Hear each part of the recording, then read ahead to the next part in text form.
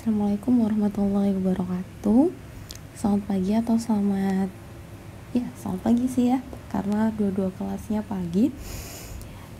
Pertemuan ketiga numerical model assimilation. Sebenarnya harusnya gitu ya, ini bukan yang pertemuan ketiga sih, karena harusnya dijelaskan dulu gitu ya, setelah kemarin initial model initialization, kemudian predictability, harusnya bagaimana cara mengakses. Cuman bagaimanapun teori harus tetap jalan atau sinkron sama prakteknya, karena prakteknya sudah mulai asimilasi, jadi asimilasi saya kasih duluan gitu, nggak apa sih sambil jalan. Oke, lanjut aja. Untuk hari ini gitu ya, yang akan kita pelajari yakni definisi, kemudian tujuan, basic konsep, sama yang terkait sama WRF. Jadi seperti itu. Oke. Flashback dulu.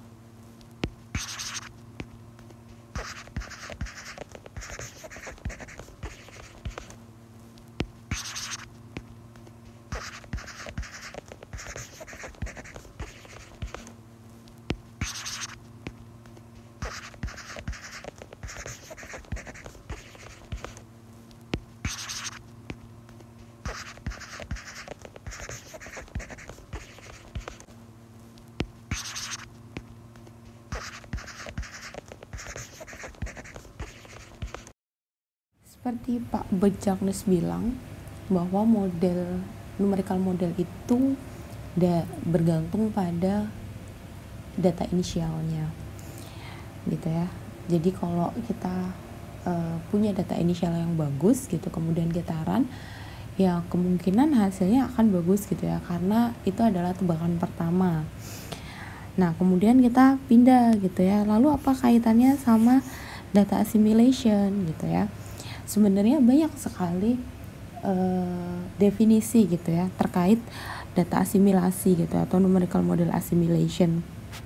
Di sini saya mengambil mungkin 3 yang paling terkenal, dan ini sesuai dengan buku yang saya sarankan kepada kalian untuk dibaca. Pertama punyanya Kalney 2003 gitu. Nah, dia bilang pada bukunya The Atmospheric Modeling, Data Assimilation and Predictability, bahwa sistem data asimilasi itu adalah analisis cycle gitu ya, dari estimasi terbaik suatu initial condition, di mana gitu tebakan pertamanya memanfaatkan hasil forecast yang short range dikombinasikan dengan observasi, kemudian diadopsi di operational system. Jadi untuk mendapatkan best estimation dari initial conditionnya, dia menggabungkan antara forecast short range dengan observasi, kemudian dilakukan analisis cycle. Kemudian tahun 2008 Skarmarok gitu ya, dia mendefinisikan di apa sih namanya ini, panduan ya, kayaknya ini bukan buku sih, tapi kayak technical guide gitu ya, technical panduan untuk WRF version 3. Dia mengatakan bahwa data asimilasi itu satu cara untuk memperbaiki initial condition dengan merubah atau mengkonversi data observasi ke dalam model grid. Karena kita tahu observasi itu jaraknya nggak se-uniform model yang dibagi secara grid gitu ya, nggak seperti ini, tapi kadang ada di sini, kadang ada di sini, kadang di sini, atau kadang ada di sini. Nah katanya Skarmarok, dia metode untuk menggabungkan atau mengkonversi si observasi ini ke dalam model grid. Kemudian Warner pada bukunya Numerical Weather and Climate Prediction, dia mengatakan, dia juga mengutip gitu ya dari si Dale 1991, bahwa data asimilasi sistem itu adalah harus mengkaitkan atau memasukkan model metodologi ke dalam prosesnya. Nah, dalam memasukkan model metodologi ini gitu ya, itu semua proses itu harus diperhitungkan, dari data quality control, objective analysis, kemudian ini model initialization, jadi dia dimasukkan ke dalam model, begitu pula dengan balancing gitu ya, entah itu statistik maupun dynamic, dan kemudian sampai menghasilkan sesuatu perakiraan yang baru gitu ya, bukan perakiraan baru sih, suatu model perakiraan, dan kemudian perakiraan itu dapat dijadikan initial guess gitu untuk hari setelahnya. Sama sih, jadi ketiganya ini sama-sama gitu ya. Intinya adalah ketika kalian punya forecast model, kita anggap dia sebagai first guess gitu ya, kan katanya si siapa tadi, si Warner, pokoknya dia harus memasukkan meteorologi model, dan model itu kan kita tahu dia bentuknya uniform, katanya sih, bukan katanya ya, terus Karmarok bilang ya bagaimana observasi ini yang dia letaknya sembarang itu bisa masuk ke sini, akhirnya jadinya seperti ini. Nah ini loh yang akan kita capai, bagaimana memasukkan observasi yang letaknya itu tidak seragam ke dalam model grid yang letaknya seragam.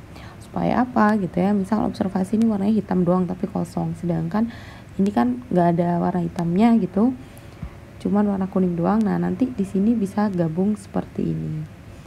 Nah ini loh gampangannya terkait sama data asimilasi. Jadi menggabungkan metodologi model atau yang katanya kali short range forecast, hasil keluaran model yang sudah kemudian diperbaiki dengan adanya observasi supaya mendapatkan initial guess yang atau better estimation untuk kemudian di running gitu ya sebagai short range forecast untuk hari setelahnya. Tujuannya untuk apa? Tujuannya yang jelas gitu ya, saya bold, memproduksi atau menghasilkan initial condition untuk perakiraan operasional yang berjalan terus gitu ya. Karena kan tadi katanya sikalnya cycle gitu ya, cycle. Jadi perakiraan hari ini diperbaiki untuk besoknya, besok sudah keluar diperbaiki sama observasi lagi, seperti itu cycle. Nah selain itu yang pertama gitu, itu yang utama. Selain itu juga bisa digunakan untuk mengkalibrasi atau mengvalidasi si model forecast itu gitu ya, karena kan model itu dia kan hasil perakiraan yang nggak tahu itu bener atau enggak, padahal kita kemarin tahu gitu bahwa model itu punya uncertainty gitu ya, punya ketidakpastian. Nah dengan adanya penambahan observasi kita tahu gitu ya, oh ternyata ini nggak sesuai, harusnya nilainya nggak segini nih karena observasi segini, kayak gitu kan. Nah bisa juga sebaliknya, construction of observation data akuisisi by model. Jadi kita juga bisa lihat di situ, ini benar nggak sih, kan misal gini ya, karena kan model kan uniform gitu ya, nilainya 27, hampir 27 gitu ya, kemudian di sini ada observasi 30 derajat gitu ya. Nah kita bertanya, ini benar nggak sih 30 derajat, apalagi kalau misal di sini ada observasi juga bilangnya 27. Nah akhirnya kita tahu gitu ya bahwa ternyata observasinya ada sesuatu nih gitu ya, jadi saling melengkapi each other. Nah selain itu, kita dengan adanya data asimilasi ini, kita mendapatkan pemahaman lebih terkait error model di mana sih dan distribusinya kayak apa. Kemudian kita juga tahu tadi gitu ya, ternyata observasi mungkin ada errornya. Kemudian kita juga bisa mengkorelasikan dan mengkombinasikan antara observasi sama data model yang tadi saya bilang rely on each other. Nah dari situ juga kita tahu gitu ya metodologi untuk data asimilasi, dari optimasi, representasi, approach-nya sesuai atau tidak gitu ya, mana yang bagus. Kemudian kita juga bisa tahu interaksi dari si fisiknya gitu ya, sensitivity dari feedback atau kemampuan si model itu sendiri. Sama yang terakhir ya pastinya kita mendapatkan better forecast model. Nah, di sini ada hasil penelitiannya Wang dan kawan-kawan. Ini terkait dengan perbaikan model dengan data asimilasi menggunakan data-data konvensional sama data advanced Himawari image gitu ya, dari Himawari 8. Nah, di sini dia mencoba tuh gitu ya, dapat diperbaiki nggak sih, errornya berkurang nggak sih kalau saya menggunakan asimilasi menggunakan beberapa data kayak gitu, idenya. Untuk full papernya nanti bisa dibaca seperti biasa, jangan lupa untuk lihat video description. Nah di sana gitu ya, dia membandingkan untuk 4 parameter. Jadi komponen angin U, kemudian komponen angin V, kemudian dia suhu dan mixing ratio, bukan mixing ratio sih, saya lupa apa namanya, kelembapan spesifik ya, kelembapan spesifik dari udara. Kemudian dia mencoba memforecast dari jam 00 gitu ya sampai 24 jam ke depan. Nah, no DA berarti dia tanpa data asimilasi. Kemudian data konvensional ini dia menggunakan banyak gitu ya, digabungkan semua data konvensional dari radio sonde, datasheet, aircraft report, kemudian produknya satelit juga tapi yang angin, sama surface synoptic observation, sama AHI ini pure dari radiansnya Himawari. Nah, kemudian dia coba gitu ya, nge-lead time, mau forecast. Nah, akhirnya kita tahu gitu ya di sini bahwa ternyata pakai Himawari radians itu dia memperbaiki gitu ya, setidaknya di initial model gitu ya, di initial model errornya itu paling kecil gitu ya untuk semua parameter, yang pasti gitu ya, bahwa non DA errornya besar sekali gitu ya, Kenapa saya mengambil ini? Sekalian saya ingin bilang bahwa model itu butuh waktu untuk stabil, sama gitu ya, meskipun dia berangkat dari error besar gitu ya, ketika dia di running akan ada saatnya gitu ya, errornya itu ya udah segitu-gitu aja dan akhirnya ketemu di satu titik gitu ya. Terkait lagi sama predictability gitu ya, bahwa predictability model itu kita tahu gitu ya, sampai sebatas mana sih model ini dapat digunakan dan sampai mana dia akhirnya udah segini nih, udah nggak bisa naik lagi, udah cukup, udah segini errornya. Tapi kan untuk yang short range gitu ya, kita tahu bahwa kalau kita menambahkan data AHI gitu ya, itu errornya sangat kecil gitu dibandingkan yang tanpa non DA atau mungkin data konvensional. Jadi ya tujuannya terlaksana, bahwa menghasilkan initial condition untuk forecast dengan menghasilkan error yang lebih sedikit, karena kita tahu bahwa model itu berangkat dari error. Tapi kalau kita menambahkan data observasi, setidaknya uncertainty itu dapat dikurangi. Oke. Kemudian untuk basic konsepnya, gampangannya sama sih gitu ya. Kita punya observasi, kita punya background of first guess ini dari model gitu ya. Kemudian dimasukkan, dianalisis. Nah, di sini nih proses interpolasi dan balancingnya, yang kalau katanya Siskar Marok, bagaimana kamu mengkonversi data observasi supaya bisa masuk ke dalam grid model, itu kan pertanyaannya gitu ya. Nah, di sini adalah metode si asimilasi itu. Nah, kalau udah jadi ya udah dapat initial condition, kemudian di running seperti biasa, udah jadi, ini yang dapat kita gunakan. Nah, masalahnya nggak semudah itu untuk mengkonversi supaya data observasi masuk ke grid model misal. Akhirnya kita membutuhkan yang namanya algoritma. Kenapa sih kita butuh suatu algoritma gitu ya? Ya karena initial condition itu butuh data yang cukup gitu ya. Data yang cukup supaya bisa masuk ke grid model yang uniform itu. Jadi kan nggak mungkin kalau cuman satu observasi data doang.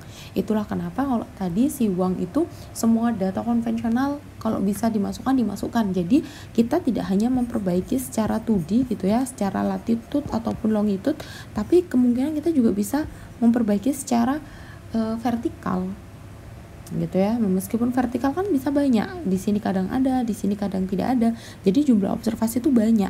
Nggak mungkin kalau dan kita membutuhkan suatu algoritma supaya semua data ini gitu ya bisa diakomodir oleh model. Nah kemudian supaya memasukkan gitu ya, kita butuh interpolasi atau data konversi gitu ya, data konversi dari model ke model, dari observasi ke model grid. Nah ini kan membutuhkan expensive computational data, computational resource, gitu ya, expensive computational resource. Kemudian numerical processing, ya gimana, apalagi kan kalian tahu gitu, kalau kalian running 3D, kemudian jumlah gridnya berapa, masih stuck berberapa lapisan, itu udah berapa juta sendiri gitu ya, berapa juta, 10 pangkat 9, 10 pangkat 7 byte mungkin gitu ya, pile of datanya. Nah mungkin kalau kita tidak membutuhkan algoritma, itu sesuatu yang kita tidak bisa hitung dengan jari ataupun kalkulator. Itulah kenapa mungkin kalau masih ingat kita belajar yang namanya numerical technique gitu ya kemarin, atau metode numerik lah istilah katanya. Meskipun mungkin pemahaman kita akhirnya sepotong-sepotong, tapi sebenarnya akarnya tuh di sana. Kenapa kalian belajar itu? Supaya tahu gitu. Oh, itu loh caranya supaya bisa dikonversi dari data observasi yang banyak itu ke model grid yang dia itu 3D gitu ya. Jadi nggak hanya 2D. Yang bitnya tuh banyak gitu, ukurannya tuh besar. Nah ini adalah simple simulasi gitu ya, atau simulasi mudahnya dari DA algoritma. Kita memiliki model forecast dan kita memiliki observasi. Berapa best case-nya gitu ya, berapa sih tebakan terbaiknya gitu. Kita tahu bahwa masing-masing dari model forecast dan observasi itu punya uncertainty gitu ya. Kita masukkan uncertainty ini. Nah pertanyaannya adalah bagaimana kita mendefinisikan si uncertainty. Setidaknya ada dua cara gitu ya. Yang pertama, hasil analisis itu harus tidak boleh bias. Hasil analisis tidak boleh bias, berarti ini tidak boleh ada biasnya. Nah kalau misal gitu ya, baik analisis kemudian model forecast atau observasi itu sama-sama memiliki error gitu ya, sekalian masukkan, ini boleh nanti diturunkan kalau yang bersedia. Dan kita anggap bahwa nggak boleh ada bias, berarti bias dari si analisis 0 gitu ya. Otomatis hasil koreksi antara model forecast dan observasi sama dengan 1, supaya nggak ada bias kan. Nah setelah diturunkan hasilnya misal seperti ini gitu ya. Kemudian yang kedua, uncertainty itu harus sekecil mungkin. Nah, misal ini, uncertainty-nya adalah pangkat 2 dari si error. Kemudian setelah diturunkan gitu ya, dapatlah ini gitu. Dan kita tahu gitu ya, supaya kita mendapatkan uncertainty yang kecil gitu ya, sekecil yang kecil, berarti kita harus ininya kecil gitu ya. Kayak gini. Supaya nilainya ini besar gitu ya, supaya bisa dipakai gitu ya, hasil observasi dan hasil modelnya gitu ya, maka uncertainty-nya ini harus kecil gitu ya, harus kecil.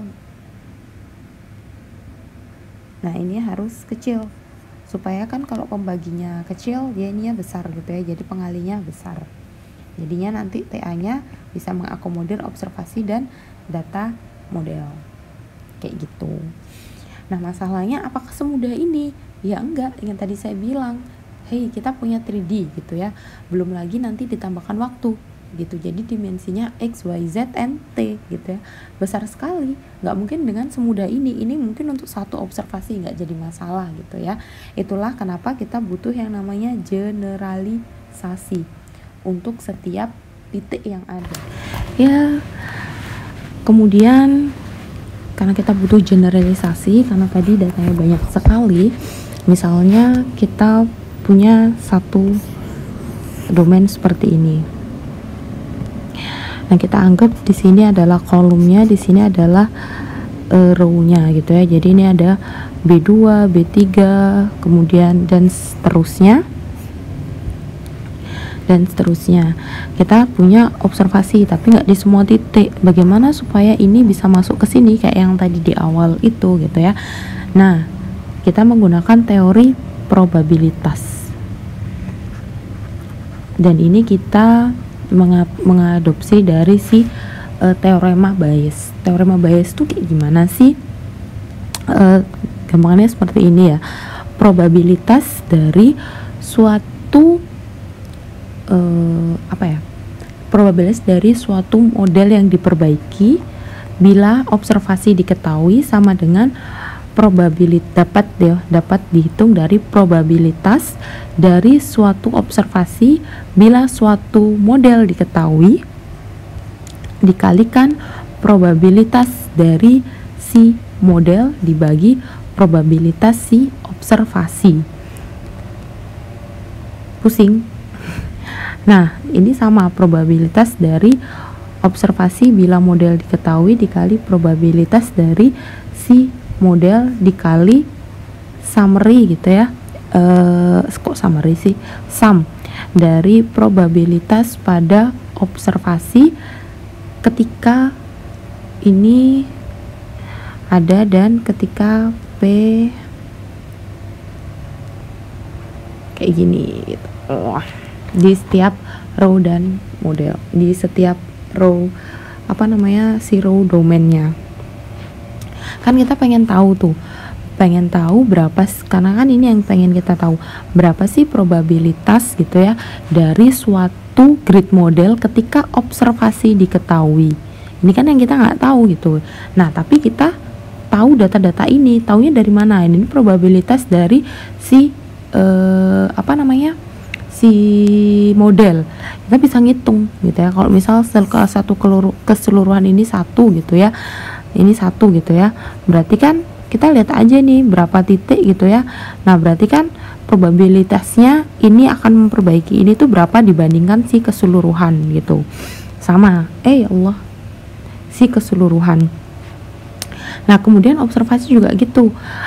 Kita tahu isinya 3 gitu ya, berarti di sini kan keseluruhannya 3 tuh ya. Berarti bagaimana probabilitasnya dia memperbaiki titik sini, itu kita tahu gitu. Nah, kemudian ini gitu ya, berapa sih probabilitas dari observasi gitu ya bila B-nya diketahui, misal di sini gitu ya. Tapi kan, nah, cuman kan yang kita pengen tahu yang ini nih, ya, yang ini nih. Ini berapa nih yang diperbaiki gitu ya. Nah, ini akhirnya kita hitungnya pakai ini. Berapa sih probabilitas dari suatu model yang suatu model ketika observasi itu diketahui cuman nggak di tempat itu, misalnya seperti itu. Nah, akhirnya udah muncullah 3 probabilitas ini untuk tadi, supaya bisa kita mengetahui berapa sih model bisa memperbaiki si berapa bobotnya gitu ya, atau koreksinya. Kan kemarin kan bukan kemarin, yang tadi kan kita ngomonginnya tentang koreksinya gitu ya. Nah, ini berapa sih koreksinya si model, gampangannya seperti itu. Nah, kemudian later on gitu ya, ini berarti adalah observasi gitu ya. Ini adalah si model atau priornya. Nah, kemudian ini adalah si keseluruhannya kan gitu ya. Berapa sih kan keseluruhannya, ini kan yang nggak ada, ini kan keseluruhan bila kita ketahui gitu ya, berapa sih peluang observasi bila kita berdasarkan semua data pada ini yang ada gitu, atau ini dianggapnya sebagai measurement model. Ini lebih general sih, kayak ke function gitu loh, kayak ke functionnya dari si model itu sendiri. Nah, ini yang kita cari, posterior. Nah, gampangannya seperti ini model prior tadi gitu ya, peluang B, kemudian posterior ini adalah berapa sih peluang yang diperbaiki ketika observasi ada. Nah kemudian ini si observasinya, tapi sebenarnya ini bukan observasi, sorry, tapi ini lebih ke model function yang tadi jadi kayak gini. Jadi ini model prior, observasi, dan posterior. Nah kemudian gitu ya, nah ini kayak gampangannya kayak gini, ini modelnya. Kemudian sorry itu aja, ini model forecastnya. Kemudian kita tahu nih observasi uncertainty-nya segini gitu ya. Nah kira-kira gabungan dari sini kayak gimana probabilitasnya gitu ya. Nah ini yang kita cari, ini yang kita interest.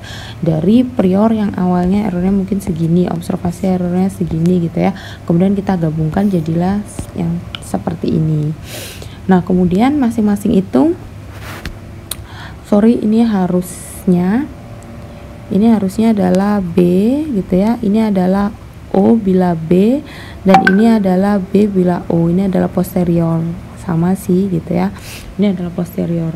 Itu ketika dipakai Gaussian gitu ya, jika kita mengasumsikan error dan background modelnya itu Gaussian gitu, nanti solusinya seperti ini. Nah dari solusi ini kita tahu gitu ya, oh probabilitas ini tuh segini gitu, termasuk tadi memperhitungkan uncertainty-nya.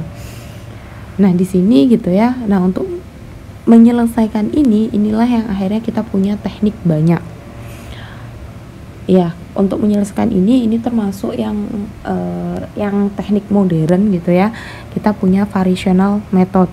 Jadi kita meminimalisir si J function. Jadi kan kalau dia pangkatnya kecil, otomatis nilai probabilitasnya ini kan ya nilainya itu sendiri gitu ya, jadi sekecil mungkin, misal seperti itu. Kemudian kalau Kalman filter, dia instead of menggunakan ini J cost function gitu ya, dia menyelesaikan ini sendiri nih gitu ya. Udah dicoret-coret, menyelesaikan ini sendiri. Terus kalau kan ensemble Kalman filter ya, dia berarti digabungkan gitu ya, dia mencoba beberapa model gitu ya dengan inisial yang berbeda, kemudian nanti berapa sih nilai di akhirnya kayak gitu misalnya. Namun selain ini, data asim ini kan data asimilasi yang lumayan baru gitu ya. Sebenarnya banyak juga data cara untuk asimilasi data yang enggak hanya numerical, yang enggak hanya modern gitu ya. Contohnya kayak misal nudging. Nah, nudging ini enggak harus pakai data asimilasi, ini pun bisa kalian set di WRF kalian, meskipun enggak menambahkan si data asimilasi. Jadi dia mengkoreksi si observasi si model. Kemudian ada least square method, ada successive correction method, banyak. Tapi yang modern yang ini. Oke, nah kemudian kita masuk ke basic concept of WRFDA. Sebenarnya konsep WRFDA itu gampang kok, sama aja gitu ya. Kita punya data observasi, kita punya background error, udah kita masukkan di proses WRFDA, kemudian kita update, udah jadilah inisial yang baru. Nah inisial baru ini yang nanti kita akan forecast, gampangannya seperti itu. Cuman 3 ini aja kok gitu ya, nggak susah. Kita punya observasi, kita punya background error, ini diambil dari si modelnya, model si WRF itu gitu, untuk dipelajari errornya seperti apa, perilakunya model seperti apa, supaya apa sih tadi itu loh, supaya dapat probabilitas dari si observasi bila model diketahui, si likelihoodnya, atau yang tadi saya bilang si functionnya gitu ya, si likelihood function atau function dari modelnya. Makanya kita harus tahu si background error. Nah kemudian pertanyaannya, ini saya balik, si background error kebalik ya.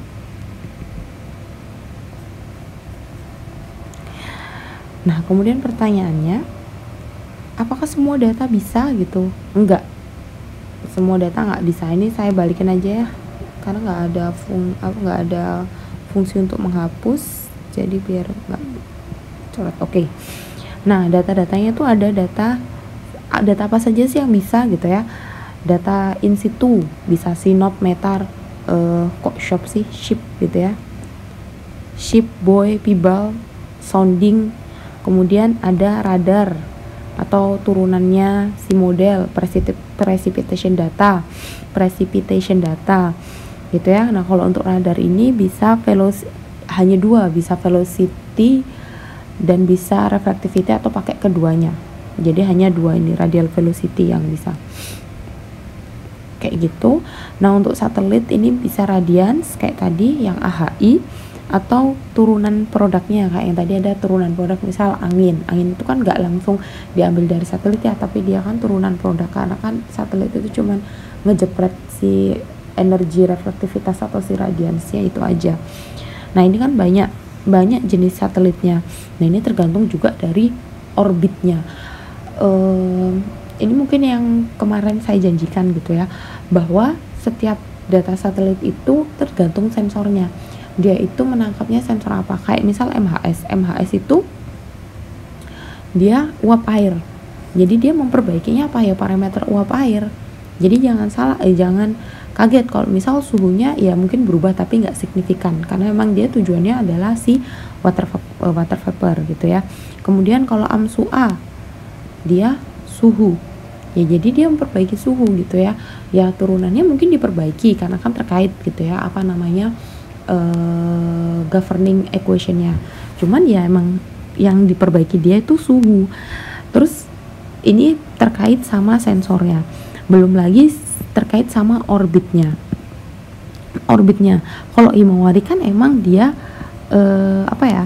geostationer gitu, jadi dia hanya akan dapat data di suatu area aja gitu ya, emang di setnya di situ.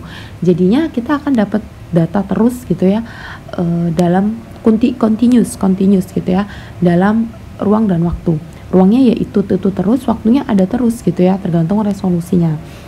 Misal si 10 menit kan kalau si ini, tapi beda kalau misal AMSUA, AMSUB, MHS, dia itu adalah polar ya, orbitnya polar. Jadi dia nggak punya data di tempat yang sama dengan resolusi temporal yang tinggi. Dia mungkin butuh ketika dia balik lagi ngejebret Indonesia gitu ya, itu mungkin butuh waktu 2-3 hari atau mungkin lebih, saya nggak tahu si resolusinya AMSUB berapa, nanti kalian cek saja.